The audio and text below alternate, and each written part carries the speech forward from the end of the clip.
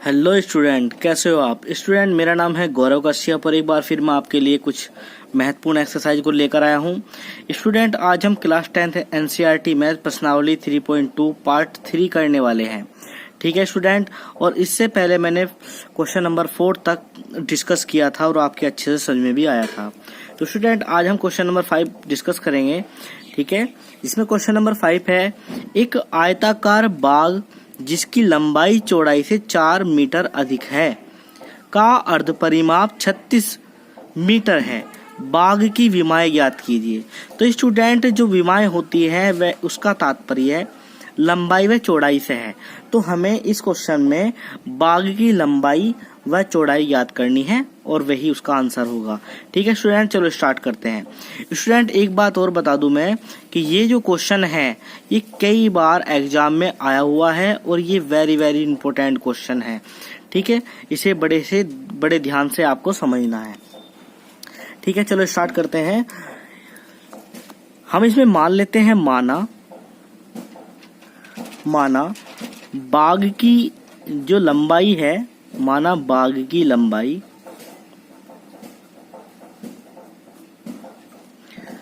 x metre है। ठीक है स्टूडेंट, क्या है? x मीटर है।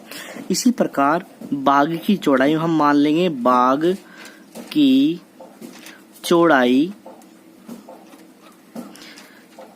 जो चौड़ाई है वह y मीटर है।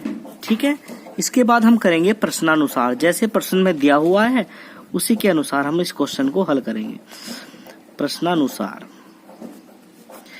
प्रश्न के अनुसार हम बात करें, इसने ये कहा कि एक आयताकार जिसकी लंबाई क्या है, हमने x मानी, तो लंबाई जो है वह चौड़ाई से कितनी अधिक है? 4 मीटर अधिक है। इसके अनुसार कि इसकी जो लंबाई है वह चौड़ाई से 4 मीटर अधिक है। तो इसे करने के लिए x बराबर कितनी है? y plus 4। एक बार पुनः समझेंगे, इसकी जो लंबाई है यानी कि जो x है वो चौड़ाई से यानी कि y से कितना अधिक है? 4 अधिक है, तो प्लस 4 हो जाएगा। इसे इक्वेशन में बदलने के लिए इस y को हम इधर ले आएंगे, तो x माइनस वाई बराबर कितना हो गया? 4। ये बन गई हमारी इक्वेशन नंबर 1। ठीक है स्टूडेंट, ये सही में आ गया। इसके बाद ये हमारी क्या है? शर्त नंबर 1 है। क्या है? शर्त नंबर 1 है। और शर्त सेकंड हमारी क्या है? शर्त सेकंड में दिया गया है कि इसका जो अर्ध परिमाप है वह कितना मीटर है? 36 मीटर है। यानी कि x प्लस वाई बराबर कितना है? 36 मीटर है। ये हमारी इक्वेशन कौन सी होगी? सेकंड। ठीक है, अब ये हमारी इक्वेशन होगी फर्स्ट, ये होगी सेकंड। इन दोनों को सॉल्व कर देंगे और हमारा आंसर मिल जाएगा। तो स्टूडेंट, इसे हल करने के लिए हम विलोपन विधि का उपयोग करेंगे। देखिए विलोपन विधि क्या है? सबसे इंपॉर्टेंट विधि होती है विलोपन विधि। देखिए x माइनस वाई बराबर कितना? 4, x प्लस वाई बराबर कितना है? 36।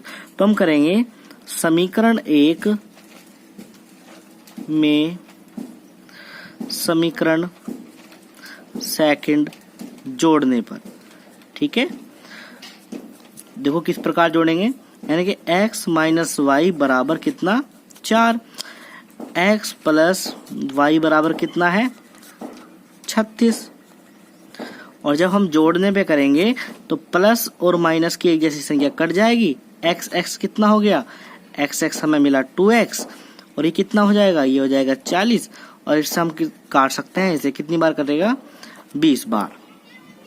तो इस प्रकार स्टूडेंट हमें x की वैल्यू मिल जाती है। x बराबर हम कह सकते हैं x बराबर 20। ठीक है स्टूडेंट, हमें क्या करना है? y का मान निकालने के लिए x के मान को किसी भी एक समीकरण में रख देंगे। x का मान समीकरण सेकंड में रखने पर। ठीक है, तो समीकरण सेकंड जो थी वो हमारी ये थी, x प्लस वाई बराबर कितना था? ये था। अब इसमें मैं x के स्थान पे क्या रखूंगा? 20 रख दूंगा। तो 20 प्लस वाई बराबर 36। अब इस 20 को इधर ले आइए आप, तो इधर आके ये हो जाएगा माइनस का, यानी कि 36 माइनस के 20 कितना बचेगा? y बराबर आपको मिलेगा 16। ठीक है, तो इस प्रकार हमारे आंसर आ जाते हैं x और y के। तो हम कह सकते हैं अतः बाग की लंबाई बराबर, बाग की लंबाई बराबर कितनी आई, देखो लंबाई 20 मीटर, बाग की चौड़ाई बराबर 16 मीटर। ये क्या हो जाते हैं स्टूडेंट, इसका आंसर हो जाता है। अब चलते हैं क्वेश्चन नंबर 6 की ओर। तो स्टूडेंट क्वेश्चन नंबर 6 हमारा ये है कि हमें एक रेखिक समीकरण दी गई है। रेखिक समीकरण किसे कहते हैं, जिस समीकरण की चर राशि की सबसे बड़ी घात 1 हो। देखो इसकी भी घात 1 है और इसकी भी घात 1 है, तो उसे क्या कहेंगे, रेखिक समीकरण कहेंगे। इस क्वेश्चन में हमें ये करना है, एक रेखिक समीकरण दी गई है और एक ऐसी ही रेखिक समीकरण हमें बनानी है, लेकिन ज्यामिति निरूपण दिया गया है क्वेश्चन नंबर 1, प्रतिच्छेद करती रेखाएं। ठीक है स्टूडेंट, कैसी रेखाएं होनी चाहिए, प्रतिच्छेद करती रेखाएं होनी चाहिए। और मैंने आपको पहले ही फॉर्मूले में बताया गया था कि प्रतिच्छेद कब करती हैं रेखाएं, जब करती हैं जब a1/a2 बराबर नहीं होता b1/b2 के, यानी कि जब अद्वितीय हल होते हैं, जब भी हमारी प्रतिच्छेद करती रेखाएं होती हैं। ठीक है, तो ऐसा ही रूप हमें लेना है। देखो यहाँ a1 कितना है 2, b1 कितना है 3 और c1 कितना है -8।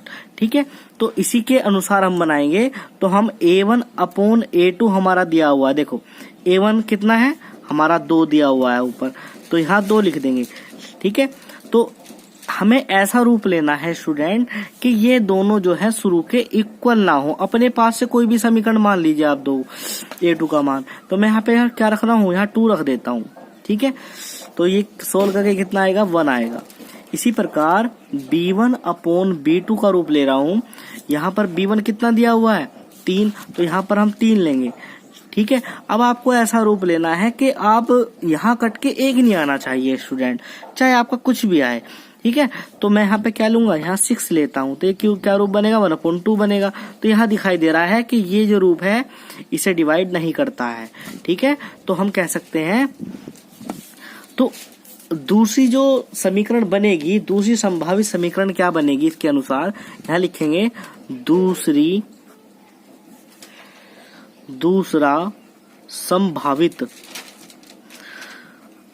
संभावित समीकरण। ठीक है, हमारा बन जाएगा। अब देखो a2 कितना माना आपने 2, तो कितना होगा 2x। ठीक है, प्लस यहाँ कितना माना आपने 6, तो 6x कर देंगे। और c में क्या मानोगे, सॉरी cy हो जाएगा, है ना, 2x + 6y। इसके बाद यहाँ पर देखो यहाँ कितना है -8 है ना, तो आप कुछ भी मान सकते हो ताकि आपकी जो है वैल्यू इक्वल ना बैठे। तो क्या मानोगे आप बताइए, आप कुछ ही मान लीजिए, यहाँ -12 मान लीजिए = 0, या क्या होगा आपका आंसर होगा। स्टूडेंट ये जरूरी नहीं कि इसका जो आंसर है वो आपकी आंसर शीट से मैच करे। ठीक है, इसमें एक संभावित समीकरण बनानी है जो प्रतिच्छेद करती रेखाएं हो। ठीक है, इसके अनुसार। ठीक है, एक हमें दी गई है और एक हमें बनानी है। ठीक है, तो इससे हमारा ये आंसर निकल आता है, सही में आ गया होगा। अब चलते हैं इसी के सेकंड पार्ट पर। स्टूडेंट इसका सेकंड पार्ट है समांतर रेखाएं। और समांतर रेखाएं कब होती हैं, जब a1/a2 बराबर होता है b1/b2 के, और b1/b2 बराबर नहीं होता c1/c2 के। ठीक है स्टूडेंट, जब भी हमारी ये समांतर रेखाएं कहलाएंगी। ठीक है, चूंकि हमें a1 का मान पहले से दिया हुआ, तो a1/a2 बनाएंगे। a1/a2 बराबर ये 2 है, तो इसे हम क्या लिखेंगे, यहाँ लिख लेते हैं 4। ठीक है, इसके बाद इसे अगर हम सोल्व करें कितना आएगा 1/2 आएगा। ठीक है, 2 × 2 2 दूनी 4। b1/b2 बनाएंगे। b1 का मान पहले से हमें 3 दिया हुआ है, और b2 क्या ले लेंगे, यहाँ 6 ले लेते हैं। इसे सोल्व करें कितना आएगा 1/2। देखो स्टूडेंट, ये वाली कंडीशन और ये वाली कंडीशन दोनों बराबर हो गई इसके अनुसार। अब हमें तीसरी कंडीशन ऐसी मान दी है जो हमारी इक्वल ना बैठे। ठीक है, इसे साइड में कर लेते हैं। तो C1 अपॉन C2, देखो C1 पहले से समीकरण में क्या दिया हुआ है, C1 माइनस के 8 है, तो इक्वल टू माइनस के 8, ठीक है। तो हम क्या मानेंगे, हम यहाँ ले लेते हैं 12, ठीक है। अगर मैं इसे सोल्व करूं तो आएगा माइनस के 4 दूनी 8, 4 तिया 12, ठीक है, ये आएगा। तो इससे जो हमारा दूसरा संभावित समीकरण बनता है, दूसरा संभावित समीकरण क्या बना, देखो यहां से देखेंगे, यहाँ क्या लिया हमने 4 लिया था, तो क्या बना 4x प्लस नीचे क्या लिया 6, तो 6y, ठीक है। अब यहाँ क्या लिया हमने 12 लिया, तो माइनस के 12 इक्वल टू, यहाँ प्लस के लिए हुए हैं तो प्लस के ही लेंगे, प्लस के 12 इक्वल टू 0। ये क्या बन गई आपकी, ये समीकरण बन गई, दूसरा संभावित समीकरण हमारा ये होगा, ठीक है स्टूडेंट। ये सही में आ गया आपके। अब चलते हैं इसके थर्ड पार्ट पर। तो स्टूडेंट इसका जो थर्ड पार्ट है वह है समपाती रेखाएं, ठीक है। कैसी रेखाएं हो, समपाती रेखाएं हो। और समपाती रेखाएं कब होती हैं, जब A1 अपॉन A2 बराबर होता है B1 अपॉन B2, ये भी बराबर होता है C1 अपॉन C2 के, यानी कि ये तीनों कंडीशन है आपस में बराबर हो तभी समपाती कहलाएगा, ठीक है। तो A1 अपॉन A2, हमारा A1 का मान पहले ही दिया हुआ है 2, और यहाँ हम क्या मान लेते हैं अपनी तरफ से, हमने यहाँ क्या मान लिया 4 मान लिया, ठीक है। तो इसे सोल्व करेंगे कितना आएगा 1/2 आएगा, ठीक। B1 अपॉन B2, ठीक है स्टूडेंट। तो B1 तो पहले दिया हुआ है 3, यहाँ क्या मानेंगे, यहाँ मान लेते हैं हम 6, तो ये हो जाएगा 1/2। इसके बाद C1 अपॉन C2, अब हमें C1 अपॉन C2 का भी रूप ऐसा मानना होगा कि हमारी तीनों के तीनों ये कंडीशन इक्वल आ जाए। तो हमारा क्या दिया हुआ है, माइनस के 8 दिया हुआ है, तो यहाँ क्या मान लेंगे माइनस के 16 मान लेते हैं, तो क्या आएगा 1/2 आएगा इसका। तो इस प्रकार संभावित समीकरण बन जाती है, संभावित समीकरण क्या होगी, संभावित समीकरण आएगी 4x plus 6y minus 16 equal to 0। ये क्या होगा, ये होगा इसका आंसर, ठीक है स्टूडेंट। स्टूडेंट अब चलते हैं क्वेश्चन नंबर 7 की ओर। क्वेश्चन नंबर 7 है समीकरण x minus y plus 1 equal to 0। एक समीकरण यहाँ दी हुई है और एक समीकरण ये है। एक हमें ग्राफ बनाना है और उस ग्राफ में त्रिभुजाकार पटल को छायांकित करना है, ठीक है स्टूडेंट। इस क्वेश्चन को सोल्व करेंगे किस प्रकार से, देखिए यहाँ पर एक समीकरण दी है, हम करेंगे x माइनस वाई बराबर, एक को इधर ले आएंगे, माइनस का 1 हो जाएगा समीकरण नंबर 1, ठीक है। इसी प्रकार क्वेश्चन समीकरण number second 3x plus 2y बराबर 12 समीकरण नंबर सेकंड।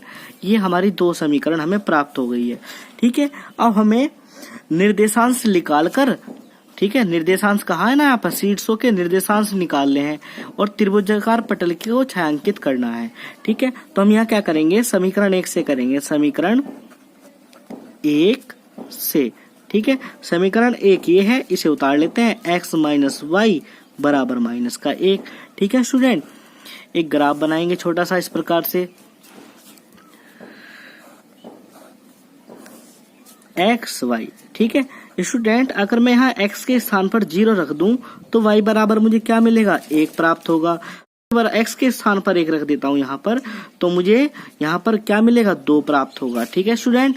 यहाँ पर मैंने x बराबर यहाँ 0 रखा तो मुझे 1 प्राप्त होता है। अगर मैं x के स्थान पर 1 रख देता हूँ तो माइनस का इधर आएगा, माइनस माइनस 1 और 1 2 हो जाएगा, माइनस से माइनस कैंसिल, 2 प्राप्त होगा, ठीक है स्टूडेंट। इसी प्रकार समीकरण सेकंड से करेंगे, समीकरण सेकंड से, ठीक। बहुत जल्दी से ग्राफ बना लेंगे इसका भी हम,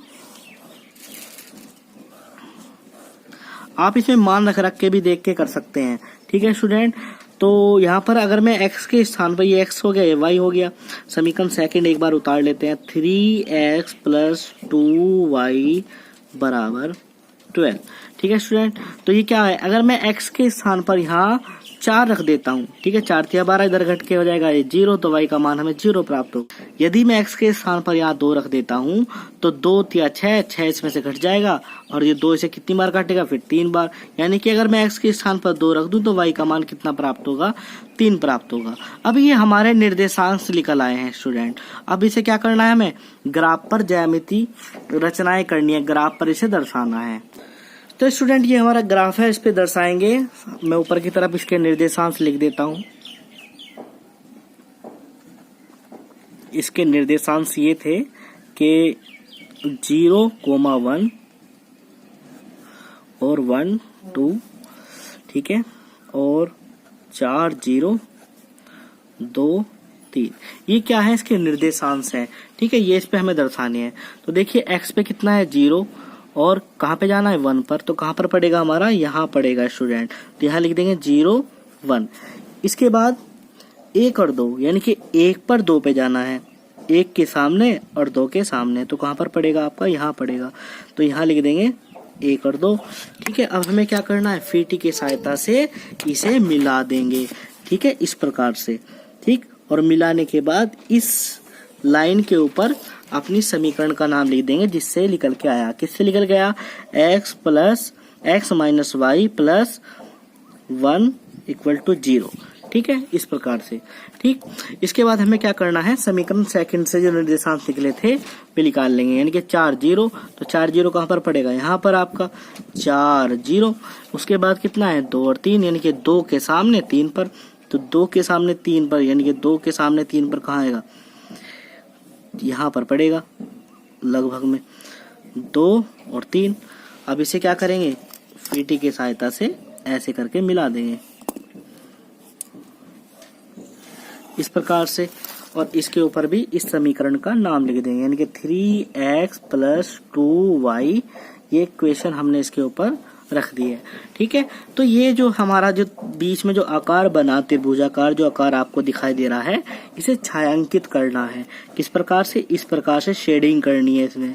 यह क्या होगा, यही इसका आंसर होगा, ठीक है स्टूडेंट, ये इसका आंसर होगा। तो स्टूडेंट आज का वीडियो मेरा कैसा लगा मुझे कमेंट बॉक्स में जरूर लिखना, ठीक है। अब आपसे मिलता हूं मैं नेक्स्ट वीडियो में, तब तक के लिए धन्यवाद।